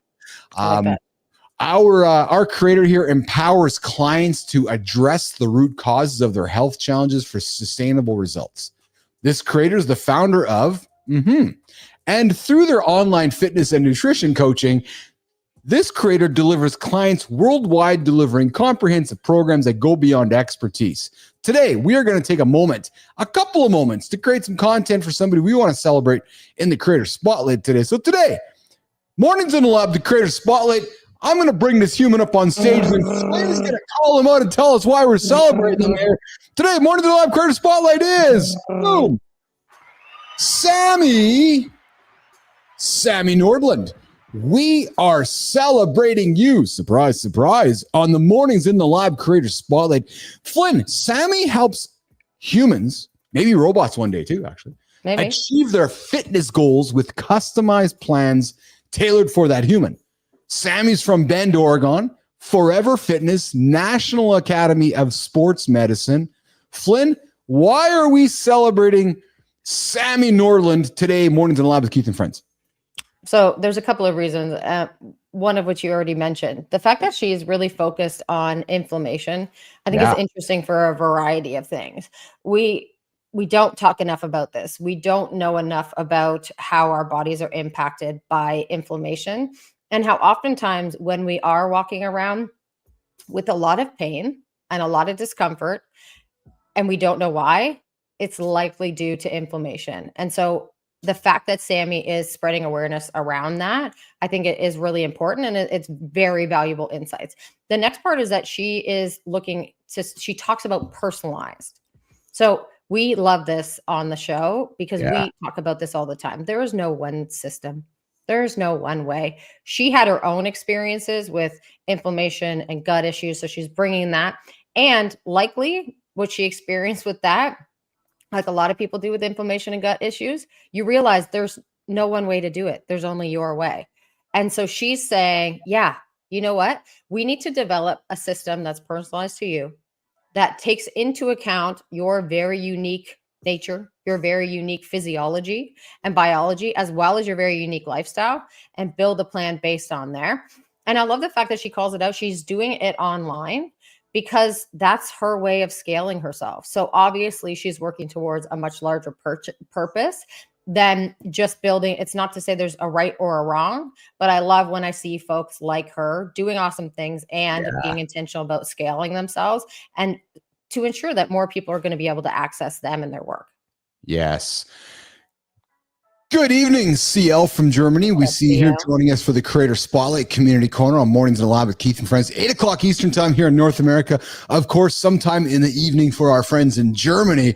We are here right now celebrating Sammy Norland. Sammy, you don't know how this works because you're just seeing this for the first time, but we like to take creators on the LinkedIn platform, celebrate them, tell the world how great the work you're doing, and then tell everybody to come follow you. And then we want to invite you to join our show around this time for the Community Corner segment so you can put somebody on stage and celebrate them. So on behalf of Keith and Christina and producer Jimmy and Marty and Johnny and Richie are all doing their thing right now.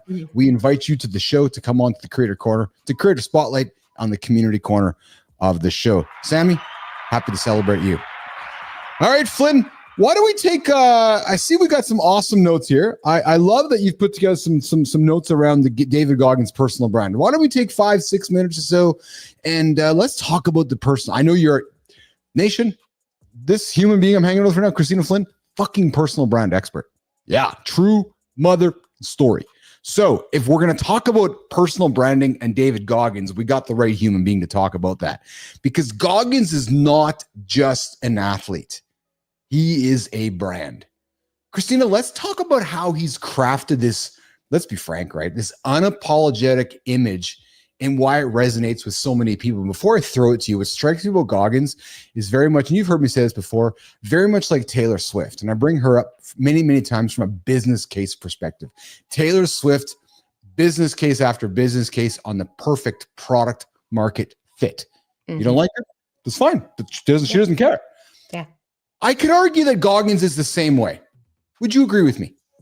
Yeah, I would agree with you. And I think that's how you get to unapologetic. I think that's how you get to, I think he's a great example of what authentic branding looks like. And you could make an argument, and some people would, of like, he can't really be that extreme all the time. He can't be like, that can't be authentic. If you spend any time with his content, there's no way this fucker is making this up. There's no way. He is wired differently. He is like, I am me. I was watching a video of him just last night when we were prepping for the show on Modern Wisdom. And the guy's talking about his morning routine, and he asks them, I think it's Chris Williamson is the guy. And Chris Williamson goes like, okay, but you know, you get up, your bed's warm. You'd rather be there. You're sore from yesterday. And Goggins looks at him and goes, keep going, keep going. And so the guy's like, I don't know, like, you've had a fight with your wife, you've done this, you've done it. And he keeps labeling all these like comforts in our life. And he goes, I fucking love that. What you just did just lights me up, because I know every motherfucker out there is going to stop because of every reason that you just listed there. And I'm not. I'm going to fucking keep going. And to me, I'm like, that is wired differently. And that's just authentically him. Like, you don't get that trigger of someone just talking about life comforts and being like, keep going, fucker. I'll love this. Often people are reluctant to share the way that he shares. Oh, too much sharing. Oh, oversharing. Oh, cringe. Oh, I don't want to end up on the Reddit, LinkedIn crying thread, or the LinkedIn Reddit's sucky thread, or the cringe thread. But yet Goggins gets away with it. Is it because of what he's achieved? There's got to be other Goggins out there that just don't have the Goggins attitude, Christina. But I guess what I'm asking you is that, is any of his stuff cringeworthy, or is it because he's so what he is and what he's achieved that we just accept the authenticity of it? Like, I guess what I'm saying to you is, could I do the same thing that Goggins is doing when people look at me, who the fuck are you? 100%. And people are going to say, who the fuck are you? Yeah. So exactly. That's my point. The point is, like, even if you're not doing that, even if you're protecting yourself, and I get it. Yes. Protect yourself, right? I do not think that sharing your story and building your brand around who you are as a person has to equal trauma spilling. I don't believe you have to show up as your most raw and authentic self at all time. I don't believe that the public has and deserves a right to see every single bit of you. I don't believe that. He's like, I don't give a fuck. I don't give a fuck, because I'm trying to do something bigger here. And he knows that the greatest way to actually connect with people is through story. And what he's doing, one, it's his own healing, yes, which oftentimes helps us to get more comfortable with vulnerability. I know it's helped me because it's bringing me on and has brought me on a journey of my own personal growth and self-reflection, which made me more comfortable with that and that story. And he's trying to be that model of possibility. He's like, my purpose is larger than just me. And if I've been through all the shit I've been through, I know that somebody out there can look at any piece of it, right? The story can be the micro stories within the larger story as well. It's not just the whole thing. You don't have to shove it down everyone's throat all at once. But he knows that he's been through a lot of shit and he's had to overcome a lot of shit. He has not been dealt an easy hand in life. And you know what? He's not alone. A lot of people haven't been dealt an easy hand in life. And so he wants to show you, and you can overcome it. Yes. Jay, I don't agree with you, brother. If you haven't subscribed to the show, I'd welcome you to subscribe to the show. Subscribe to it, like it, tell your friends you found the greatest morning show on the planet to help guys get their day started. And you know, Jay, I could do what Goggins does. I do what Goggins does. Perhaps not to the same extreme as what Goggins does, but I very much subscribe to that theory of getting your ass out of bed, get going and grinding through it. And I do. And where I do differ in opinion from you a little bit, Christina, is I do believe it's okay to, I'm just learning. The more I keep sharing and learning, leaning in, and this has become my vulnerability platform. This truly, we started the show with purpose. Mm-hmm. This is my motherfucking purpose. Helping guys. When I get feedback from guys going, oh man, you helped me. I wasn't doing something and something AJ said it clicked, or something Johnny said it clicked, or something you said, Keith, it clicked. So when we talk about purpose and we talk about, being truthful and just sharing everything, I just find it easier to share everything, because then you're not selecting what you're sharing. But it's been a journey for you.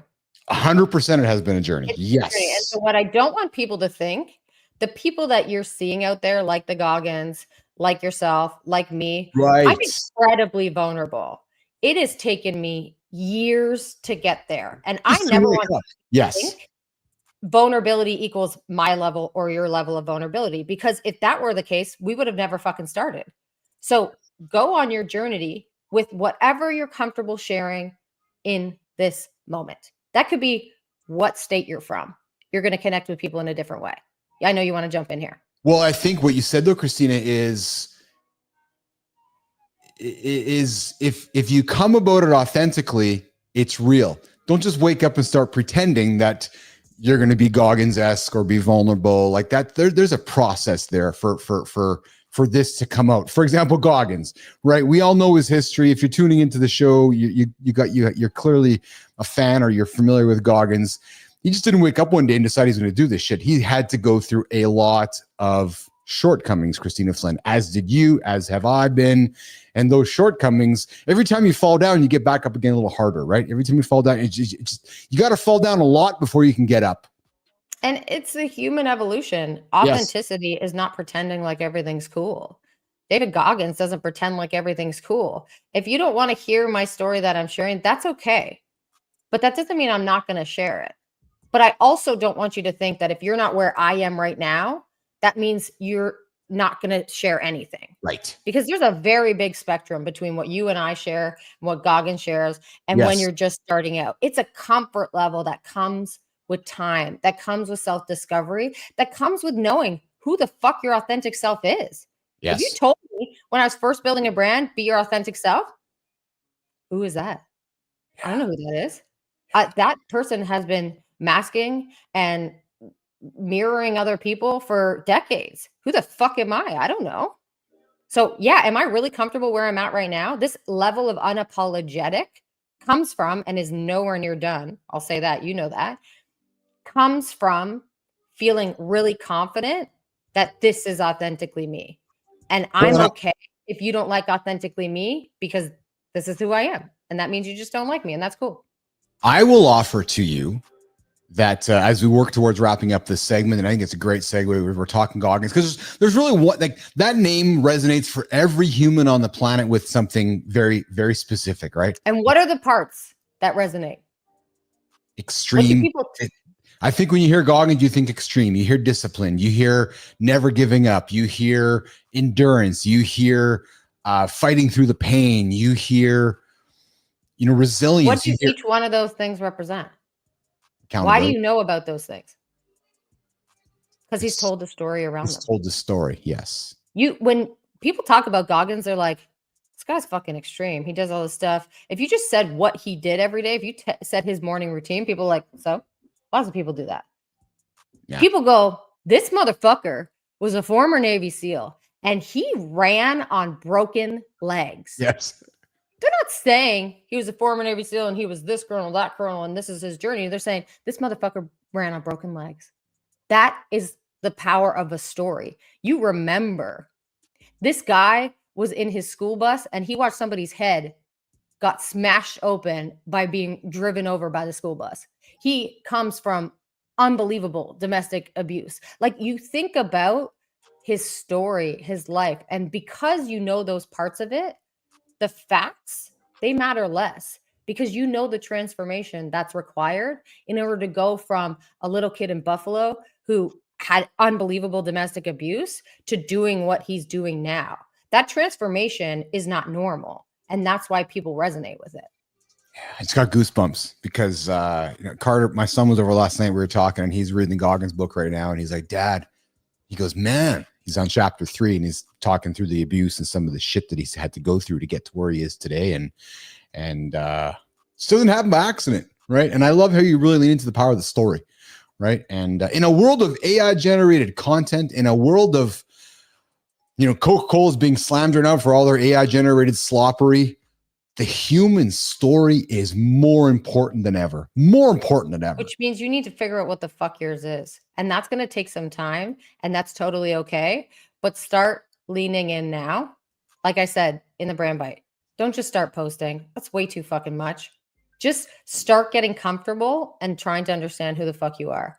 Start writing things down to get it out of your brain and into your head to see what will resonate. You don't have to be public. You don't have to be vulnerable initially. But if you want to do this work, if you want to set up yourself with a personal brand as a personal asset, you are going to invest and have to invest a lot of time. So the just start is starting there with the self-reflection and figuring out who the fuck you are.